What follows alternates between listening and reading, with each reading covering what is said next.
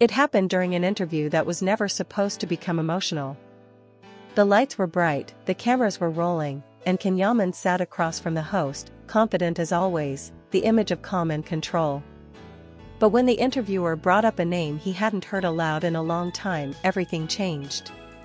Demet Özdemir, the host said casually, reading a fan's question from the audience. Do you ever still think about her? The studio fell silent. Can smiled faintly, the kind of smile that hides a storm. He looked down for a moment, his fingers tapping lightly against his knee. Demet, he repeated softly, almost as if saying her name for the first time in years. The crowd leaned forward, waiting for a typical polished answer, maybe something diplomatic, maybe a joke. But what came next stunned everyone. I didn't hear Demet, he said quietly, my heart did. There was a pause. The kind of silence that no director plans for but every producer secretly prays for. The host blinked, unsure how to respond. The audience gasped. The words hung in the air, raw and unexpected, filled with something too real to be rehearsed.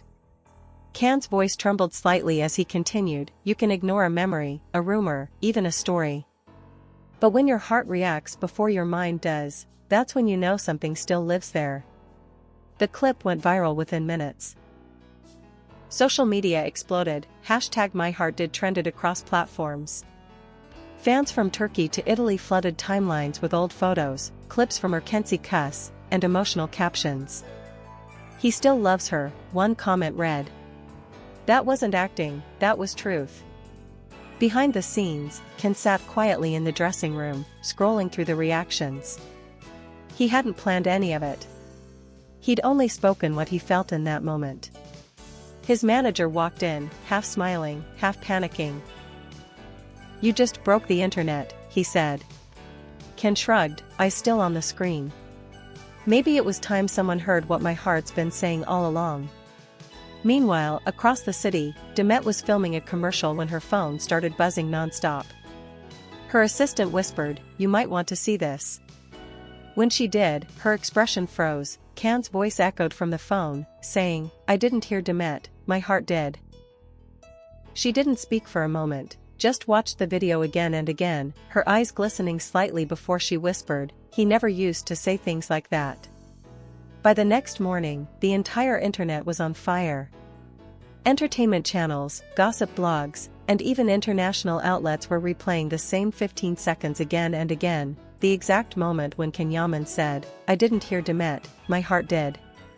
It wasn't just a quote anymore. It had become a phenomenon.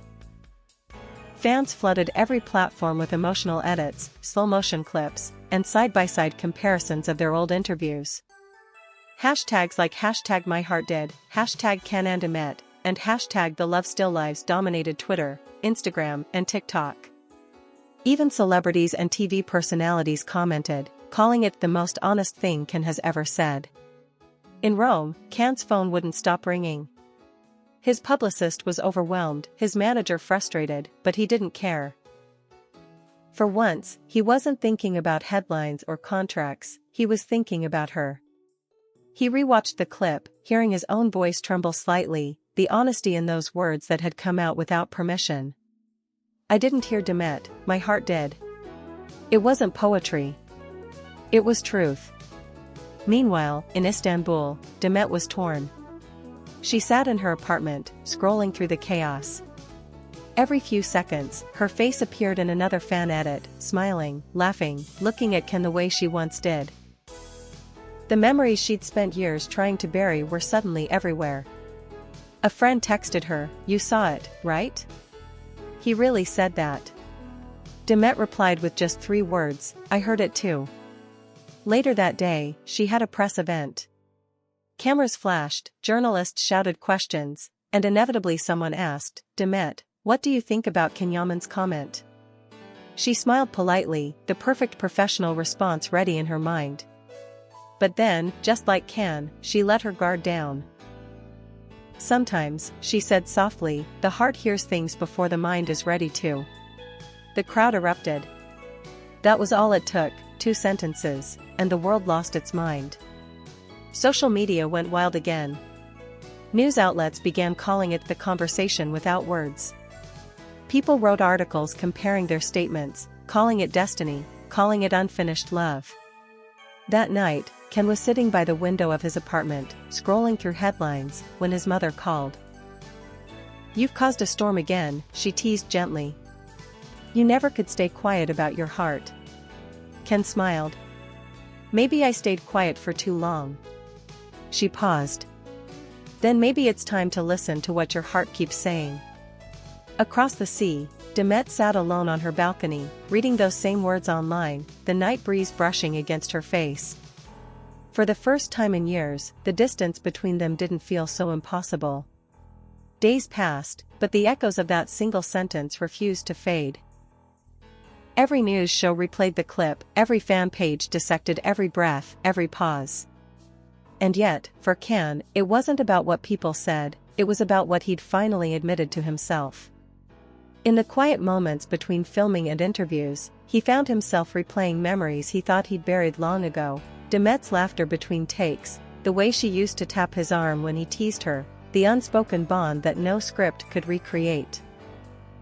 He was in his apartment in Rome one evening when his phone rang, not from a reporter or a manager, but from his mother. "You know," she began, her voice soft but firm, "sometimes the heart doesn't need permission to speak. But once it does, you can't silence it." He smiled faintly. "So you saw the interview?" She chuckled. "The whole world did, my son." "And so did she." That last sentence made him pause. "You think she really saw it?" "She did," his mother replied. And if she smiled even for a second, then maybe it wasn't in vain. Meanwhile, Demet had indeed watched it, not once, not twice, but over and over. She hadn't told anyone, not even her closest friends. Every time she heard his voice saying, "I didn't hear Demet, my heart did," it struck something deep within her. She had spent years convincing herself that the story between them had closed. But now, that single line had reopened everything. One evening, after filming, she received a message from an unknown number, no text, just a voice note. When she pressed play, she heard a soft, familiar voice. "I didn't plan to say that, it just came out." Maybe because it was always there. She froze. It was him. No explanation, no questions, just honesty. She didn't respond right away, but she replayed that message again and again until the battery of her phone died in her hands. Across the ocean, Ken sat by his window, waiting for a reply he wasn't sure would come. For the first time in years, he wasn't sure what the future held, but for once, he didn't care. He had said what he needed to say. The world could keep talking. The headlines could twist it. But his heart, finally, had spoken. And somewhere in Istanbul, Demet whispered into the quiet night, "Maybe mine just did too." The world was still buzzing, but fate had already decided what came next. 1 week after that viral interview, Ken flew back to Istanbul. Officially, he told the press it was for a brand event, but those close to him knew better. He wasn't there for cameras or sponsorships, he was there for closure, or maybe for a new beginning. As soon as he landed, reporters swarmed him with microphones. "Ken, did you mean what you said about Demet?" He smiled calmly, avoiding the question like a man who already knew his answer. "Sometimes," he said, "your heart speaks louder than headlines." Then he walked away, leaving the crowd speechless. That evening, he drove quietly through the city he once shared with her, every street a memory, every song on the radio a reminder. He stopped outside a familiar building. The lights were on. He hesitated for a moment, then rang the bell. Demet opened the door, surprised but not shocked. It was as if she had known he would come. "You really shouldn't be here," she said softly. "The world's watching." He smiled. "Let them watch. They've been watching us for years anyway." For a long moment, neither spoke. The silence between them was heavy, full of unsent messages and unfinished thoughts. Then Ken said quietly, "When I said my heart heard you, I meant it." Every time someone mentioned your name, every time I passed the places we used to go, my heart never stopped listening. Demet's eyes softened. Do you know what's strange? She said, her voice trembling just enough to reveal the truth beneath her calmness. That night, when I saw that interview, I didn't hear your words either. I just felt them. They both laughed gently, almost in disbelief. The distance that once seemed impossible suddenly disappeared. At that same hour, in another part of Istanbul, Can's mother sat watching a news segment replaying his viral moment. The host said, "People are calling it one of the most heartfelt confessions we've ever seen." She smiled, shaking her head. "It's not a confession," she murmured to herself. "It's a beginning." When Can finally returned home that night, he found her waiting with tea. "You saw her," she said, not as a question but as a knowing truth. "Yes," he admitted. "And?" He hesitated for a second, then smiled. My heart hurt her again. His mother touched his arm gently. "Then this time, don't silence it." By the next morning, the internet had erupted again, but this time, it was different. Someone had snapped a blurry photo of Can leaving Demet's building at dawn, his expression soft and content. Within minutes, the image was everywhere. Headlines screamed, "Can Yaman and Demet Özdemir reunite after emotional interview?" Hashtags like #MyHeartDid, #Can and Demet reunion, and #LoveReborn surged across social media.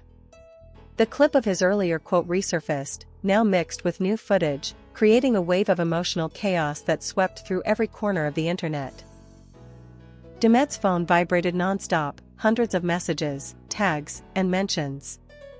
Her manager was panicking, demanding a statement, but she stayed quiet. There was no need to explain something that was never meant for the world to understand. Love wasn't a press release. It was something you felt, silently, deeply. Meanwhile, Can sat in his car by the Bosphorus, staring at the water, the city still half asleep around him. For once, he wasn't thinking about fame, image, or perception. He was thinking about peace, the kind of peace that had been missing for years. Then his phone rang. It was his mother. "I saw the photos," she said with a soft laugh. "You know, when you were little, you used to say love is something you hear before you see." "Maybe you were right." Ken smiled. "Maybe I just never stopped hearing it." She grew quiet for a moment, then said, "I worried you'd become so strong that you'd forget to feel. But today, I saw my son again. Not the actor, not the celebrity. Just the boy whose heart used to beat too loudly." Those words hit him harder than any headline could. He whispered, "So, do I have your blessing this time?"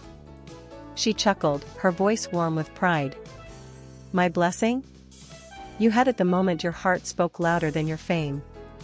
That afternoon, Demet broke her silence, not with a statement, but with a photo, a simple black and white image of the sea, the caption reading, "Some voices never fade."